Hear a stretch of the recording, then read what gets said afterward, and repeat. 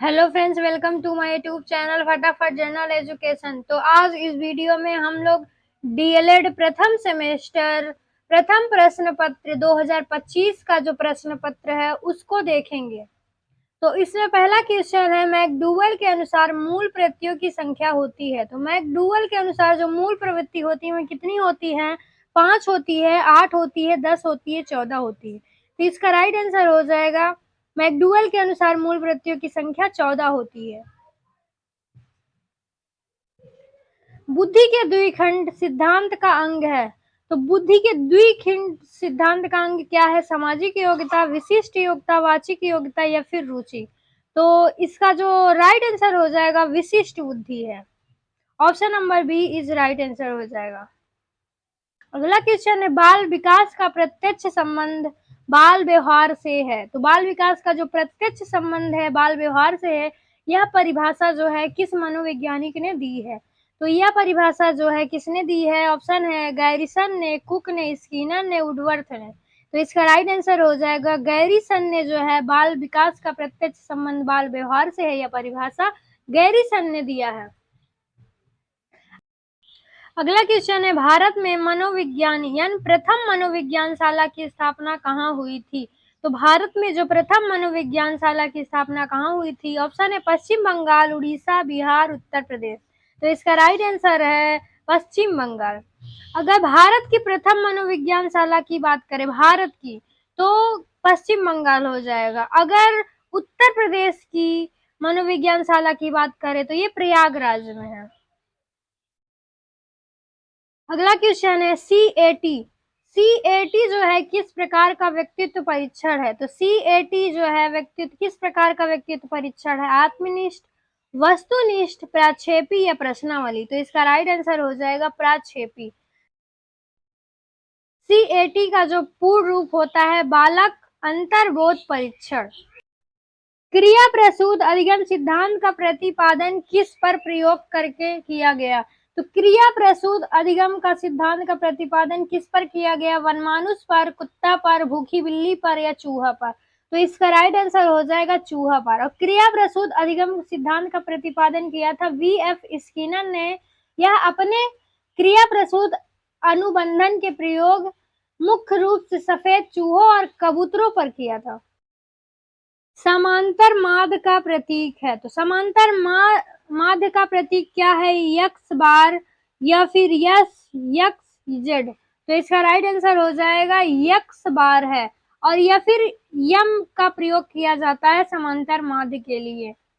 अगला क्वेश्चन है, 130 बुद्धि लब्धि वाले आईक्यू वाले बालक किस श्रेणी में आते हैं? तो 130 बुद्धि लब्धि वाला बालक जो है किस श्रेणी में आएगा? मंद बुद्धि में, सामान्य में, प्रखर में या फिर प्रतिभाशाली में। तो इसका राइट आंसर हो जाएगा ये प्रखर बुद्धि में यानी अति श्रेष्ठ बुद्धि में। और प्रतिभाशाली जो बालक आएगा उसमें 140 आईक्यू वाला बालक आएगा। और सामान्य बुद्धि जो है 90 से 110 के बीच वाला बालक आएगा। जॉन डीवी के अनुसार तर्क के सोपान है। तो जॉन डीवी के अनुसार तर्क के कितने सोपान हैं? 3, 4, 5, 2। तो इसका राइट आंसर हो जाएगा जो है जॉन डीवी के अनुसार तर्क के सोपान 5 हो जाएगा। पहला है इसके सोपान समस्या की प्रतीति, दूसरा है समस्या का विश्लेषण, तीसरा है उपाय या उपकल्पनाओं का निर्माण, तीसरा है उपकल्पना के फल का चिंतन, फिर पांचवा है उपकल्पना का परीक्षण और प्रयोग। अगला क्वेश्चन है, समान समान को ही जन्म देता है। तो समान समान को ही जन्म देता है, यह वंशानुक्रम का कौन सा नियम है? तो यह कौन सा नियम है? प्रत्यागमन का नियम, जैव सांख्यिकी का नियम, समानता का नियम या विभिन्नता का नियम। तो समान समान को ही जन्म देता है यानी कोई भी समान है उसी को जन्म देगा। तो ये हमारा हो जाएगा समानता का नियम। अगला क्वेश्चन आया था, प्रबलन या पुनर्वनन का सिद्धांत किसने दिया? हल ने, स्किनर ने, गुथरी ने, टॉलमैन ने। तो इसका राइट आंसर हो जाएगा हल ने दिया था। अधिगम स्थानांतरण के सिद्धांत हैं। तो अधिगम स्थानांतरण के सिद्धांत क्या है? मानसिक शक्तियों का सिद्धांत, सामान्यीकरण का सिद्धांत, समान तथ्यों का सिद्धांत या उपर्युक्त सभी। तो इसका राइट आंसर हो जाएगा अधिगम स्थानांतरण का सिद्धांत क्या हो जाएगा? उपर्युक्त सभी। निम्नलिखित में कौन सा स्मृति का अंग नहीं है? तो इसमें बताना है स्मृति का अंग कौन सा नहीं है। सीखना, धारण, चिंतन, पहचान। तो इसका राइट आंसर हो जाएगा जो चिंतन है वो हमारा स्मृति का अंग नहीं है। विभिन्न तत्वों के बीच किसी एक ही तत्व पर मन को एकाग्र किए रहना कहलाता है। तो क्या कहलाता है? अभ्यासन, ध्यान लगाना, प्रतिज्ञा या फिर प्रिय स्मरण। तो इसका राइट आंसर हो जाएगा किसी तत्व या किसी चीज पर मन को एकाग्र करना। तो ये हमारा हो जाएगा ध्यान लगाना, जिसे अवधान भी हम कहते हैं। बाल विकास के 2025 के प्रश्न पत्र में अति लघु के प्रश्न को हम लोग देखेंगे जो 16 से लेके 30 तक, यानी इसमें भी 15 क्वेश्चन आते हैं। तो हम 16वां क्वेश्चन देखेंगे, मानसिक विकास को प्रभावित करने वाले कारक लिखिए। तो 16वां क्वेश्चन आया था जो मानसिक विकास को प्रभावित करने वाले कारक कौन है, जो बालक को प्रभावित करते हैं। मानसिक विकास को प्रभावित करने वाले कारक प्रमुख हैं। जो पहला हो जाएगा वंशानुक्रम। वंशानुक्रम मतलब होता है माता पिता से प्राप्त जन्मजात क्षमताएं, जैसे कोई भी बीमारी या फिर माता पिता में है तो बच्चे में आ जाए। तो यही है हमारा वंशानुक्रम जो मानसिक विकास को प्रभावित करेगा। अगला है परिवार का वातावरण, स्वास्थ्य और उचित पोषण। और बालक का शारीरिक यानी शरीर स्वस्थ रहेगा तो मानसिक यानी मस्तिष्क भी सही रहेगा, तो मानसिक विकास भी अच्छे से होगा। अरस्तु ने कहा स्वस्थ शरीर में ही स्वस्थ मस्तिष्क का विकास होता है। तो वही बता रहा है अगर स्वस्थ शरीर रहेगा तो बालक का मानसिक विकास भी जो है वो भी प्रभावित करेगा। अगला क्वेश्चन है बुद्धि लब्धि का सूत्र किसने दिया था? तो बुद्धि लब्धि का सूत्र किसने दिया था? बुद्धि लब्धि का प्रारंभिक विचार और मानसिक आयु वास्तविक आयु का अनुपात विलियम स्टर्ड ने दिया था, परंतु 100 से गुणा करके वर्तमान संशोधित रूप से पूर्ण जो है लुईस टर्मन ने 1916 में दिया था। तो बुद्धि लब्धि का सूत्र किसने दिया था? पहले तो इसमें मानसिक आयु बटे वास्तविक आयु था, लेकिन उसमें 100 मल्टीप्लाई 100 नहीं किया गया था, तो उसमें संशोधन करके लुईस टर्मन ने जो है मानसिक आयु बटे वास्तविक आयु मल्टीप्लाई 100 करके संशोधित कर दिया। अगला क्वेश्चन है रोरसा स्याही धब्बा परीक्षण द्वारा किसका मापन किया जाता है? तो रोरसा जो स्याही धब्बा का परीक्षण किसका मापन किया जाता है? व्यक्तित्व का मापन किया जाता है। माध्यिक माध्यिका का अर्थ स्पष्ट कीजिए। तो माध्यिका का क्या अर्थ है? सांख्यिकी में जब किसी प्रेतांकों या आंकड़ों के समूह को बढ़ते आरोही या घटते आरोही क्रम में व्यवस्थित किया जाता है, ठीक मध्य बीच में आने वाला पद ही माध्यिमा कहलाता है, जो समूह को दो बराबर भागों में बांटता है। अगला क्वेश्चन है अवधान या ध्यान से आप क्या समझते हैं? तो अवधान या ध्यान से आप क्या समझते हैं? किसी बालक या व्यक्ति द्वारा अपने वातावरण में उपस्थित अनेक उद्दीपकों चीजों में से अपनी चेतना को हटाकर किसी निश्चित वस्तु या विचार पर एकाग्र केंद्रित करना ही अवधान या ध्यान कहलाता है। अधिगम स्थानांतरण के प्रकारों को स्पष्ट करें। तो अधिगम स्थानांतरण के प्रकार कितने हैं? तो इसके मुख्य प्रकार हैं धनात्मक या सकारात्मक, ऋणात्मक या नकारात्मक, तीसरा है शून्य या स्थानांतरण। तो धनात्मक क्या है? जब पूर्व ज्ञान नए अधिगम में सहायता करे, जब पहले का ज्ञान जो है नए ज्ञान में सहायता करे वही हमारा धनात्मक स्थानांतरण।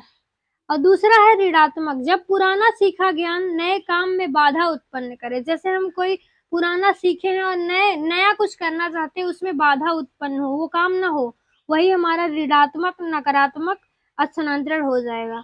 तीसरा है शून्य स्थानांतरण, जब पुराने ज्ञान का नई सीख पर कोई असर ही ना पड़े, वही हमारा शून्य स्थानांतरण।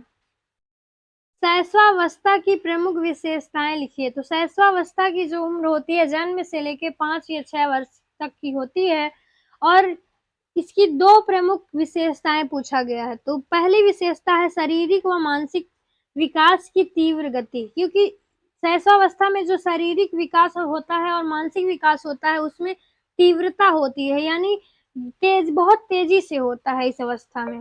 दूसरा है अनुकरण की प्रवृत्ति। जब छोटा बच्चा होता है तो वो बच्चों की नकल करके सबसे ज्यादा सीखता है, वही है अनुकरण की प्रवृत्ति। अगला क्वेश्चन है अधिगम अंतरण या अधिगम स्थानांतरण क्या है। तो अधिगम अंतरण आएगा तब भी वही क्वेश्चन है, अधिगम स्थानांतरण आए तब भी वही क्वेश्चन है। तो अधिगम स्थानांतरण क्या है? जब किसी एक परिस्थिति या कार्य में सीखे गए ज्ञान, कौशल, अनुभव या आदत का उपयोग किसी दूसरी नवीन परिस्थिति या कार्य को सीखते समय होता है, उसे ही हम अधिगम अंतरण या अधिगम का स्थानांतरण कहते हैं। CAT चिल्ड्रन अप्रिसिएशन टेस्ट का निर्माण किसने दिया? तो CAT यानी बालक अंतर्बोध परीक्षण का निर्माण सन 1948 में लियोपोल्ड वैलक ने किया था। यह बच्चों के व्यक्तित्व मापन का एक प्रमुख टेस्ट है जिसमें जानवरों के कार्डों का प्रयोग किया जाता है। कल्पना के प्रकारों का उल्लेख कीजिए। 25वां क्वेश्चन है कल्पना के प्रकारों का उल्लेख करना है। मैकडूगल ने कल्पना को मुख्य रूप से 2 भागों में बांटा है। पहला है पुनरुत्पादक कल्पना, जो पुरानी बातों को जस का तस याद कर लेना, किसी भी बात को जो है जैसे है वैसे ही याद कर लेना, वही है पुनरुत्पादक कल्पना। दूसरा है उत्पादक कल्पना, कुछ नया सोचना। इसके 2 भाग हैं, रचनात्मक कल्पना और सृजनात्मक कल्पना। तो उत्पादन कल्पना में जो है बच्चा जो है कुछ नया अपने से सोचता है और उसे रचना करता है। सृजनात्मकता यानी उसके अंदर सृजनात्मकता का बोध होता है। अगला क्वेश्चन है रुचि का शैक्षिक महत्व क्या है। तो रुचि जो है इंटरेस्ट क्या है, वो उसका शैक्षिक महत्व क्या होगा। तो शिक्षा में रुचि का अत्यंत महत्व है। पहला है यदि छात्र की पढ़ाई में रुचि होगी वह तभी एकाग्रचित्त ध्यान लगाकर जल्दी सीखेगा। दूसरा है रुचि से सीखना ज्ञान स्थायी होता है और छात्र बिना किसी मानसिक थकान या दबाव से आनंदपूर्ण अध्ययन करता है। अंतर्दृष्टि या सूझ का सिद्धांत किसने दिया था। तो अंतर्दृष्टि या सूझ का सिद्धांत किसने दिया था? अंतर्दृष्टि या सूझ का सिद्धांत मुख्य रूप से वुल्फगैंग कोहलर ने सुल्तान नामक चिंपैंजी पर प्रयोग करके किया था। यह गेस्टाल्टवादी मनोविज्ञान वर्दीमर, कोफा और कोहलर के समूह का सिद्धांत है। प्रासंगिक अंत बोर्ड परीक्षण यानी TAT के निर्माणकर्ता का नाम लिखना है। तो प्रासंगिक अंतर्बोध परीक्षण जो है TAT का निर्माण यानी यह किसने बनाया था? तो यह किसने बनाया था? हेनरी ए मरे या क्रिस्टियाना डी मार्मन ने सन 1935 में इस व्यक्तित्व मापन का परीक्षण का प्रतिपादन किया। हेनरी ए मरे और क्रिस्टियाना डी मार्गन ने। समायोजन क्या है? समायोजन क्या है? समायोजन एक ऐसी निरंतर चलने वाली प्रक्रिया है जिसके द्वारा व्यक्ति अपनी आंतरिक आवश्यकताओं, इच्छाओं और बाहरी वातावरण की बदलती परिस्थिति के बीच एक सामंजस्य या अनुकूलन संतुलन स्थापित करता है ताकि वह संतुष्ट रह सके। समायोजन की एक सिंपल सी डिफिनेशन, जैसे हम कहीं भी जाते हैं उसी के हिसाब से अपने आप को ढाल लेते हैं, तो वही है हमारा समायोजन। अगला है व्यक्तित्व विभिन्नता। व्यक्तित्व विभिन्नता का अर्थ स्पष्ट करना है। तो व्यक्तित्व विभिन्नता क्या है? संसार के कोई 2 व्यक्ति या बालक एक समान नहीं होते हैं। रंग, रूप, शारीरिक बनावट, मानसिक क्षमता, बुद्धि, रुचि, स्वभाव और संवेगों के आधार पर एक व्यक्ति का दूसरे व्यक्ति से अलग ही होना व्यक्तित्व विभिन्नता है। अब आगे हम लोग लघु उत्तरी प्रश्न जो 31 से लेके 40 तक है, यानी 10 क्वेश्चन लघु उत्तरी फर्स्ट सेमेस्टर बाल विकास में पूछे जाते हैं। और ये अगला है अभिप्रेरणा का शिक्षा में महत्व स्पष्ट कीजिए। आंसर है अभिप्रेरणा को सीखने का राजमार्ग कहा जाता है। शिक्षा में इसका महत्व निम्नलिखित है। पहला महत्व है लक्ष्य प्राप्ति में सहायक। अभिप्रेरणा जो है हमें लक्ष्य प्राप्ति में सहायता करता है। अभिप्रेरणा छात्रों को अपने शैक्षिक उद्देश्यों और लक्ष्यों को प्राप्त करने के लिए लगातार क्रियाशील रखती है। दूसरा है रुचि का विकास करती है। अभिप्रेरित छात्र कठिन से कठिन विषय में भी रुचि लेने लगते हैं, जिससे सीखना बोझिल नहीं लगता। तीसरा है महत्व अनुशासन स्थापना। जब बच्चे प्रेरित होकर स्वयं पढ़ाई में मन लगाते हैं तो कक्षा में अनुशासनशीलता की समस्या समाप्त हो जाती है। अगला है चरित्र निर्माण। प्रेरणा के माध्यम से छात्रों में सकारात्मक दृष्टिकोण और नैतिक आदतों का विकास किया जा सकता है। अगला क्वेश्चन है सीखने का वक्र से आप क्या समझते हैं? इनके विभिन्न प्रकारों का उल्लेख करना है। जब सीखने की गति, मात्रा और उन्नति में एक ग्राफ या रेखांकित पर प्रदर्शित किया जाता है तो उसे सीखने का वक्र कहते हैं।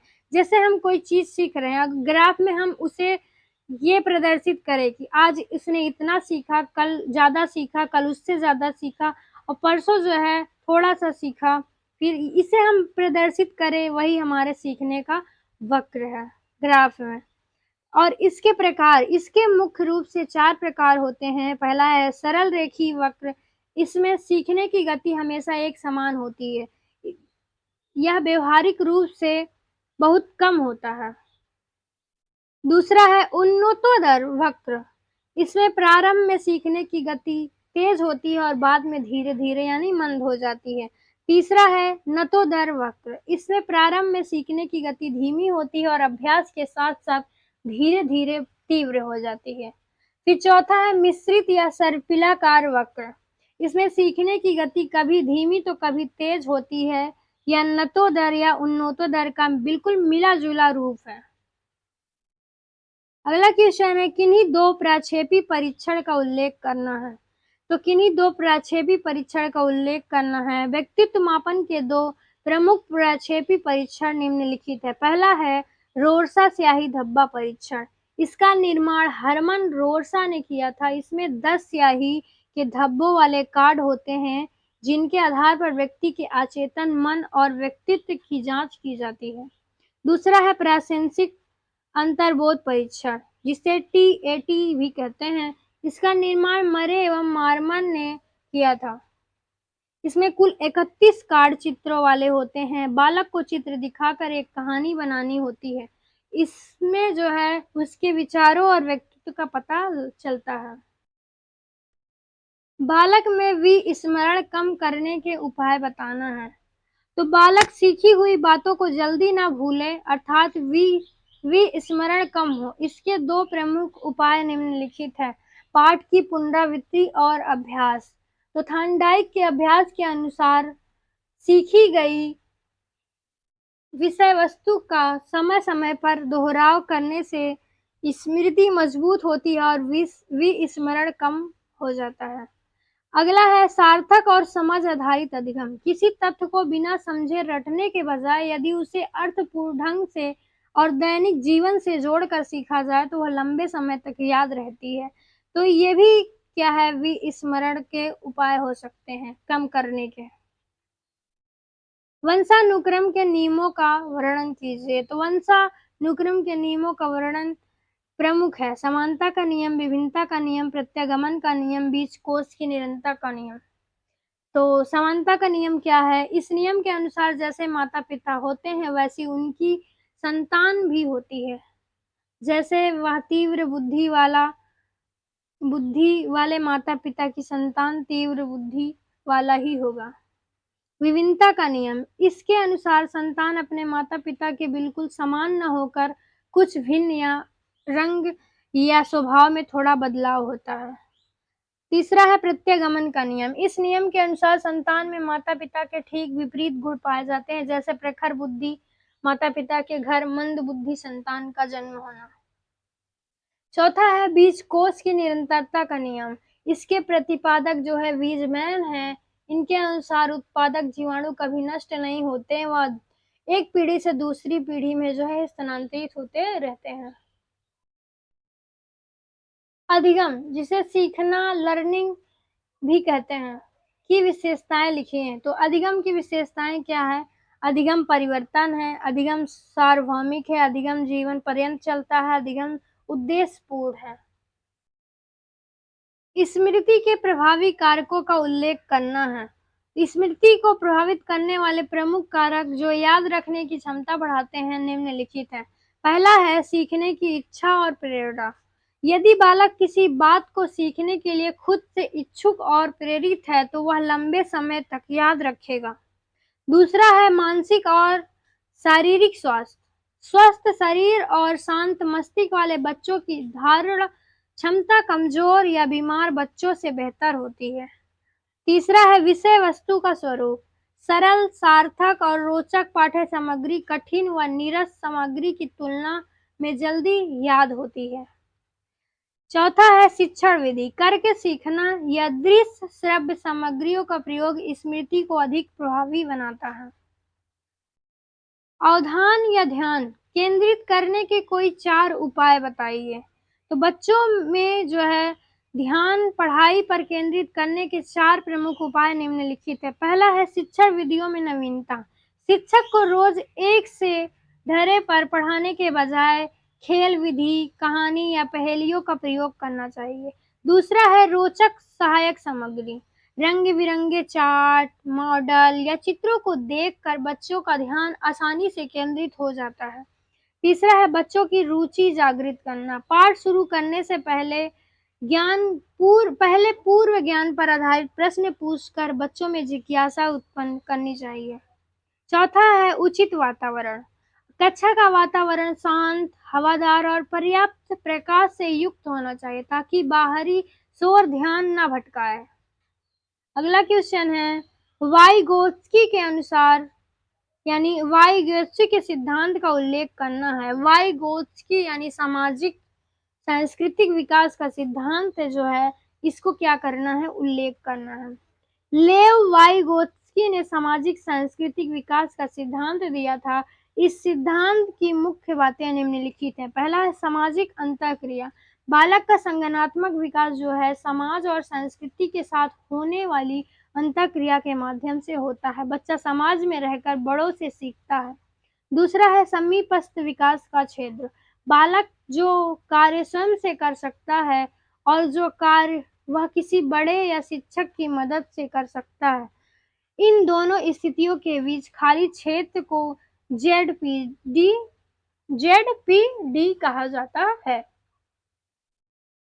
तीसरा है पाठ या ढांचा। बच्चों में सीखने के दौरान बड़ों द्वारा दी गई वाली अस्थायी सहायता या संकेत को स्कैन फोल्डिंग कहते हैं, यानी पहाड़ या ढांचा या मचान कहते हैं। चिंतन चिंतन के 5 तत्वों या उपकरणों का उल्लेख करना है।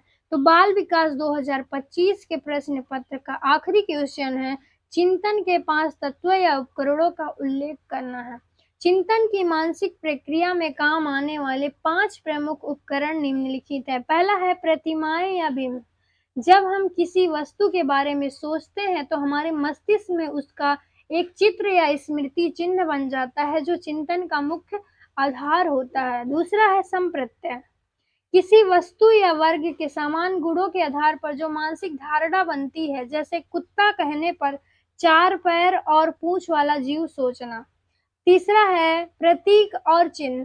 भाषा, ट्रैफिक लाइट, गणितीय चिन्ह, प्लस माइनस आदि चिंतन के समय किसी अदृश्य वस्तु का प्रतिनिधित्व करता है। चौथा है भाषा। चिंतन का सबसे सशक्त माध्यम भाषा होती है। हम मन भाषा के माध्यम से विचार या बातचीत करते हैं। पांचवा है सूत्र या सिद्धांत। विज्ञान, गणित या समाज के नियम एवं सूत्र चिंतन की प्रक्रिया को एक निश्चित दिशा और तार्किक निष्कर्ष तक ले जाने में मदद करता है। तो इस वीडियो को यहीं करते हैं एंड, अगली वीडियो में अगले प्रश्न पत्र के साथ।